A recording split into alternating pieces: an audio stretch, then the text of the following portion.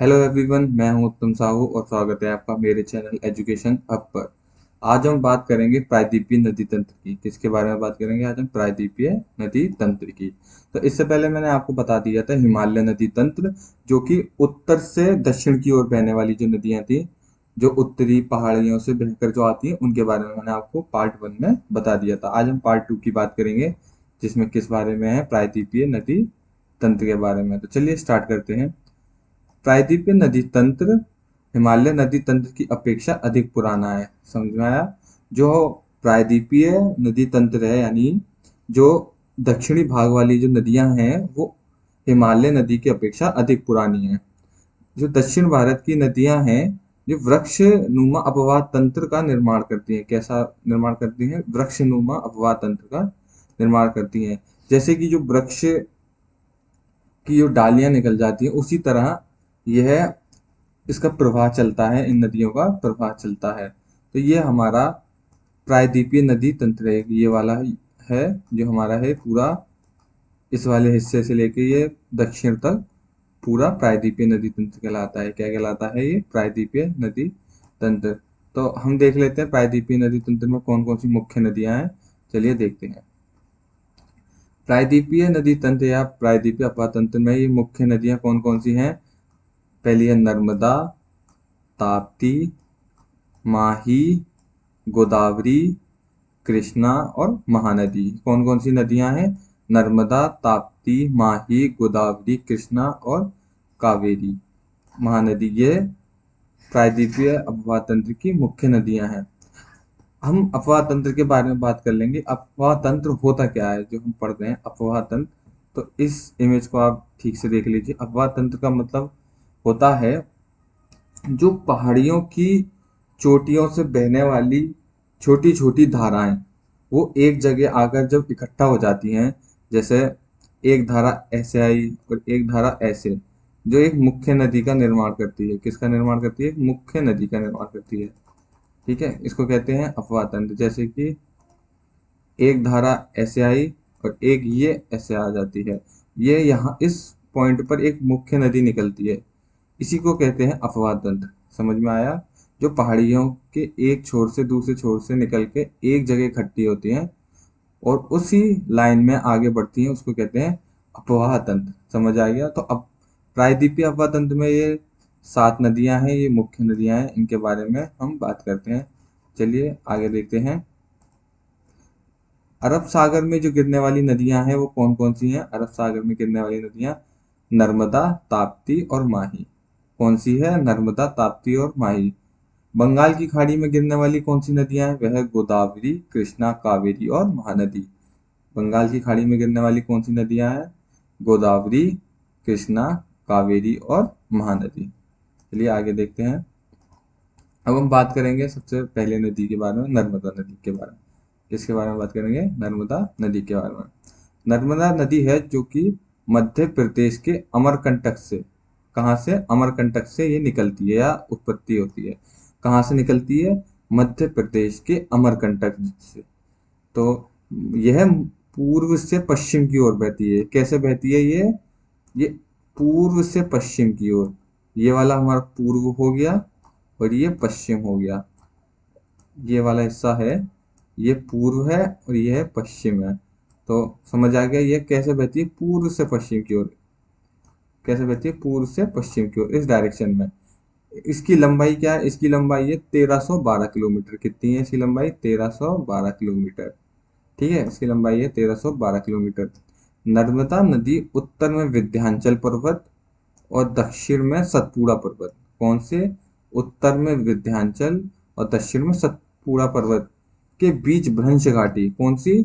जो मैंने आपको अभी अपवाह तंत्र बताया था, ये दो पर्वत श्रेणियों के बीच में एक भ्रंश घाटी बनती है, जो इसका इसे रिफ्ट वैली भी कहते हैं। ये उसके बीच में से निकलती है। कहाँ से निकलती है? विंध्याचल पर्वत में और दक्षिण में ये सतपुड़ा पर्वत के बीच भ्रंश घाटी से होकर निकलती है। यह मध्य प्रदेश की सबसे बड़ी नदी है। क्या है? मध्य प्रदेश की सबसे बड़ी नदी है। ठीक है, इसे मध्य प्रदेश की जीवन रेखा भी कहा जाता है और यह मध्य प्रदेश की सबसे बड़ी नदी भी है। इसकी सहायक नदी कौन सी है? ओरसंग, तवा और शेर। कौन सी है? ओरसंग, तवा और शेर। तो इसको आप याद रख लीजिएगा इसकी सहायक नदियों के बारे में, ओरसंग, तवा और शेर। चलिए, ये हो गई हमारी नर्मदा नदी। अब अगली के बारे में बात करते हैं। किसके बारे में बात करें? ताप्ती नदी के बारे में। ताप्ती नदी को हम तापी नदी के नाम से भी जानते हैं। किसके नाम से जानते हैं? तापी नदी के बारे में। यह भी मध्य प्रदेश से निकलती है। कहाँ से निकलती है? मध्य प्रदेश से। यह मध्य प्रदेश में कहाँ से निकलती है? बैतूल जिले से। कहाँ से? बैतूल जिले से।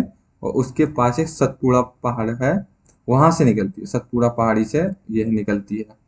यह नदी मध्य प्रदेश, गुजरात और महाराष्ट्र में बहती है। कहाँ बहती है? मध्य प्रदेश, गुजरात और महाराष्ट्र में।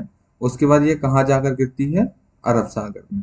तो याद रखिएगा, यह नदी मध्य प्रदेश, गुजरात, महाराष्ट्र से बहती हुई कहाँ जाकर गिरती है? अरब सागर में। इसकी जो कुल लंबाई है, उसकी लंबाई है 724 किलोमीटर। इन तीनों राज्यों से होकर गुजरने के बाद इसकी कितनी लंबाई हो जाती है? 724 किलोमीटर।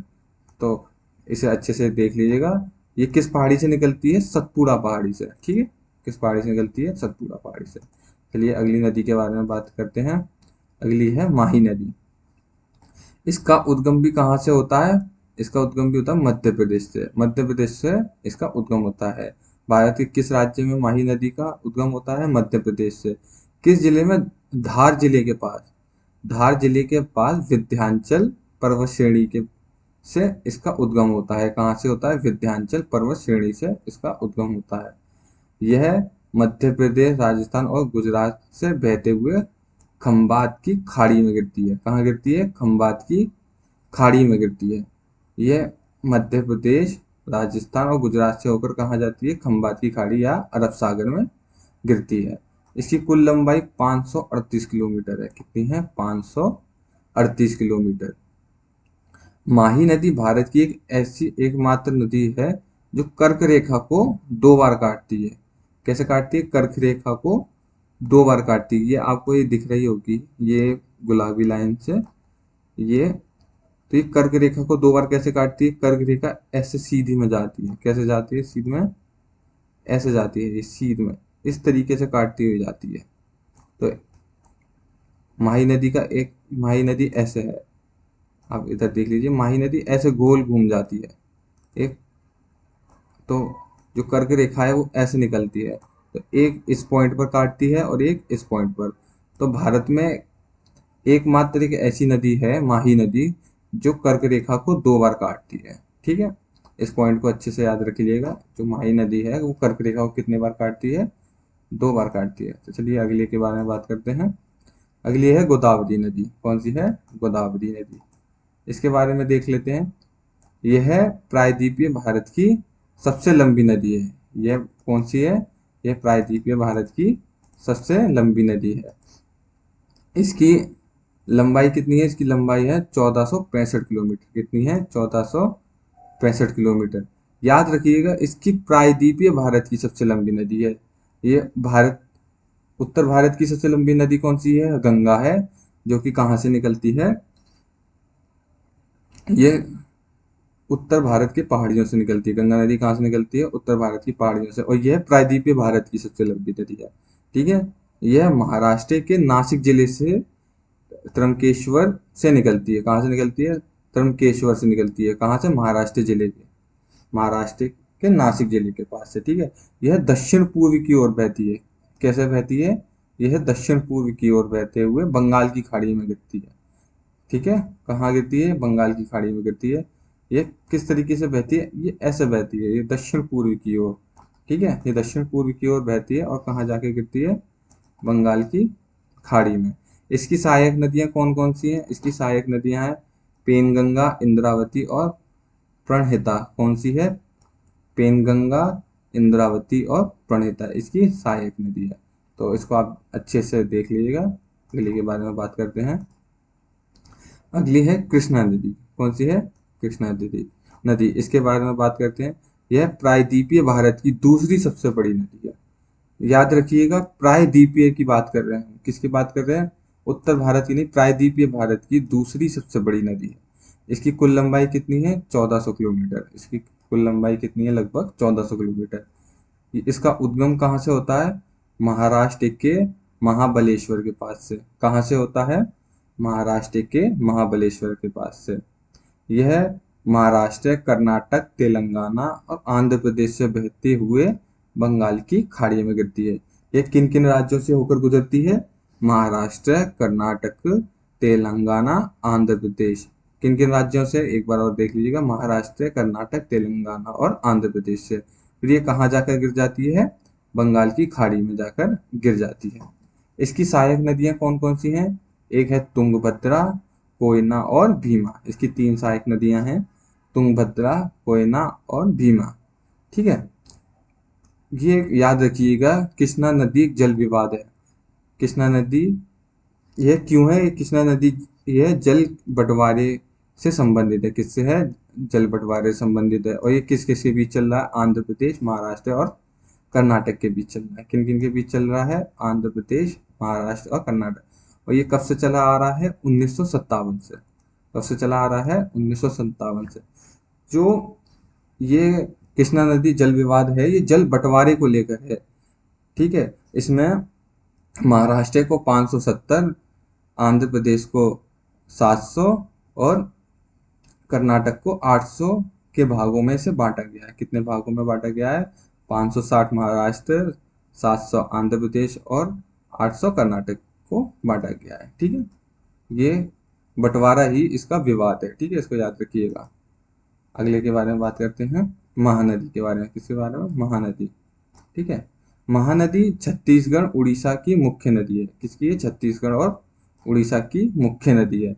इसकी कुल लंबाई कितनी है? इसकी कुल लंबाई है 851 किलोमीटर। कितनी है? 851 किलोमीटर। इसका उद्गम छत्तीसगढ़ के रायपुर के निकट सिहावा पहाड़ी से होता है। किससे होता है? सिहावा पहाड़ी से, जो कि रायपुर के निकट है। और किस राज्य में पड़ता है? छत्तीसगढ़ राज्य में पड़ता है। यह नदी उड़ीसा में एक डेल्टा का निर्माण करती है। किसका? डेल्टा का निर्माण करती है। ठीक है, महानदी बंगाल की खाड़ी में जाकर गिरती है। यह भी कहाँ जाकर गिरती है? बंगाल की खाड़ी में। तो चलिए अगले के बारे में बात करते हैं। नेक्स्ट है कावेरी नदी। कौन सी है? कावेरी नदी। यह कर्नाटक के पास कुर्ग के निकट ब्रह्मगिरी पहाड़ी से निकलती है। किस पहाड़ी से निकलती है? ब्रह्मगिरी पहाड़ी से निकलती है। यह कर्नाटक और तमिलनाडु में बैठती है। ये कर्नाटक से होकर कहाँ जाती है? तमिलनाडु में। और उसके बाद ये आगे चलकर कहाँ चली जाती है? बंगाल की खाड़ी में जाकर गिर जाती है। बंगाल के जो अरब सागर है, बंगाल की खाड़ी, उसमें जाकर गिर जाती है। इसकी कुल लंबाई कितनी है? इसकी कुल लंबाई है लगभग 800 किलोमीटर। कितनी है? 800 किलोमीटर। इसे दक्षिण भारत की गंगा भी कहा जाता है। क्या कहा जाता है? इसे दक्षिण भारत की गंगा भी कहा जाता है। यह मेन पॉइंट है, इसका याद रख लीजिएगा। ये कई एग्जाम में पूछा गया है कि दक्षिण भारत की गंगा किस नदी को कहा जाता है, तो आप कावेरी नदी को याद रखिएगा। किसको याद रखिएगा? कावेरी नदी को। चलिए, आप हमारा आज का टॉपिक यहीं तक, और आप हमारे चैनल को सब्सक्राइब कर दीजिए, लाइक कीजिए और फॉलो कीजिए।